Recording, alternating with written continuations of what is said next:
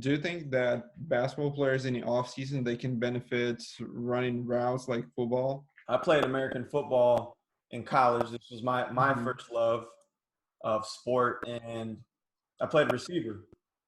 And I remember a really good receiver coach that I worked with. His name is Jeff Johnson. He would explain to me how to run routes with basketball terms. So if he'd be like, "All Mhm. right, look, at the top of this break, just do a crossover," and I'll run the route, do a crossover, and then I would immediately get the way he wanted me to run the route.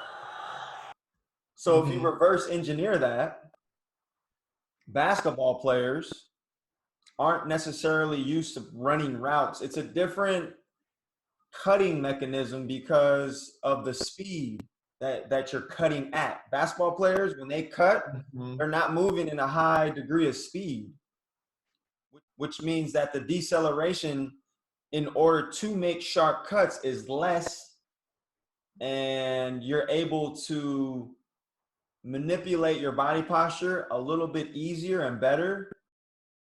There are very close similarities in different types of cuts that football players make that basketball players make too. So since Drew and I have been training in this quarantine, we've taken to the football field every week, and it's completely changed the way I train his cutting because now I can create a connection from the football field to the basketball court. For instance, the Euro step, that essentially is attacking forward at near full speed, stopping the entire momentum of the body and redirecting maybe a little bit lateral anterior Mhm. to avoid a defender or whatever.